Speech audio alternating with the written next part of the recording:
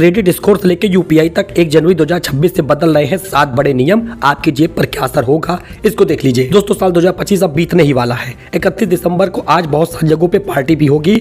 नए साल का जश्न भी आज से ही मनाया जाने लगेगा। या आर्थिक मोर्चे पर कई जरूरी काम को भी निपटाना जरूरी है। 1 जनवरी 2026 की सुबह आम आदमी के लिए कई बदलाव लेकर आएगी। बैंकिंग, टैक्सेशन, डिजिटल पेमेंट, निवेश से जुड़े कई नियम में बड़े बदलाव हो रहे हैं। यदि आपने समय रहते इन बदलावों को ध्यान नहीं दिया, पेनल्टी भरनी पड़ सकती है। अब क्रेडिट स्कोर हर महीने नहीं, हर हफ्ते बदलेगा। 1 जनवरी 2026 से क्रेडिट स्कोर हर हफ्ते अपडेट होगा। ईएमआई या क्रेडिट कार्ड बिल में 1 दिन की देरी भी तुरंत स्कोर गिरा देगी। लोन चुकाने पर स्कोर सुधरने में अब महीने भर का नहीं करना होगा इंतजार। वही पीपीएफ और सुकन्या समृद्धि वालों के लिए बुरी खबर है। 1 जनवरी से दरों में कटौती संभव है। रेपो रेट घटने के बाद ब्याज दरें कम होने के पूरे आसार हैं।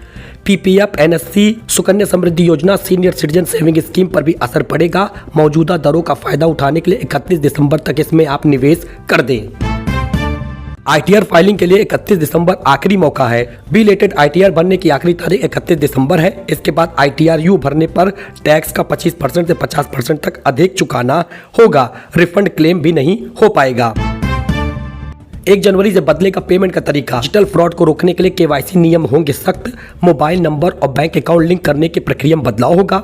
फर्जी खातों और ऑनलाइन ठगी पर लगाम लगाना पड़ेगा।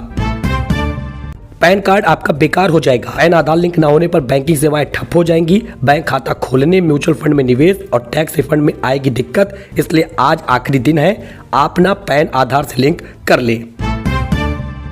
1 जनवरी को महंगी हो सकती है रसोई गैस या राहत मिलेगी, इसको देख लीजिए। 1 जनवरी को एलपीजी, सीएनजी और एविएशन फ्यूल के दाम तय होंगे। कॉमर्शियल और घरेलू गैस सिलेंडर के दामों में बदलाव संभव है। अंतर्राष्ट्रीय मार्केट में कच्चे तेल की कीमतों में उतार चढ़ाव देखने को मिल सकता है। इस बीच नया इनकम टैक्स कानून भी आएगा। 1 अप्रैल 2026 से देश में लागू होगा नया इनकम टैक्स कानून। 6 दशक पुराने इनकम टैक्स 1961 की जगह लेगा। टैक्स प्रक्रिया होगी और सरल, मुकदमेबाजी में आएगी कमी। तो ये बदलाव हो रहे हैं 1 जनवरी को। इसका असर हम लोगों पर भी पड़ेगा। नया साल, अयोध्या काशी में 2 किलोमीटर से ज्यादा लंबी लाइन लगी है। खाटू श्याम के दर्शन में 2 घंटा लग रहा। ओंकारेश्वर में वीआईपी दर्शन बंद है। बांके बिहारी मंदिर न आने की अपील भी की गई है। नए साल से पहले देश भर के धार्मिक स्थलों पर भक्तों का सैलाब उमड़ पड़ा है। पर्यटन स्थलों पर भारी संख्या में टूरिस्ट पहुंच रहे हैं। अयोध्या में रामलला और काशी में बाबा विश्वनाथ के दर्शन के लिए 2-2 किलोमीटर लंबी लाइनें लगी हैं। बांके बिहारी मंदिर प्रबंधन ने 5 जनवरी तक वृंदावन न आने की अपील की है। विजुअल आप देख सकते हैं। भारी भीड़ में ना जाए तो बेहतर है। अरावली केस, सुप्रीम कोर्ट का अपने ही ऑर्डर पर स्टे। पहले 100 मीटर से छोटी पहाड़ियों पर खनन को मंजूरी दी थी, अब रोक लगाई है। वृद्धा पेंशन, दिव्यांग पेंशन में हो रही देरी। 10 जनवरी तक खाते में होगा क्रेडिट, 3000 रुपए मिलेगा। वृद्ध जनों का पेंशन हुआ या दिव्यांग पेंशन हुआ, इसमें काफी देरी हो रही। अक्टूबर, नवंबर, दिसंबर का पेंशन अभी तक जारी नहीं हुआ। पीएफएस पोर्टल पर एक्टिव तो दिखा रहा, लेकिन अभी तक खाते में क्रेडिट नहीं हुआ। अक्टूबर, नवंबर, दिसंबर का 3000। हालांकि विधवा निराश्रित महिलाओं को फायदा मिल चुका है। 3000 रुपए उनके खाते में क्रेडिट हो चुका है।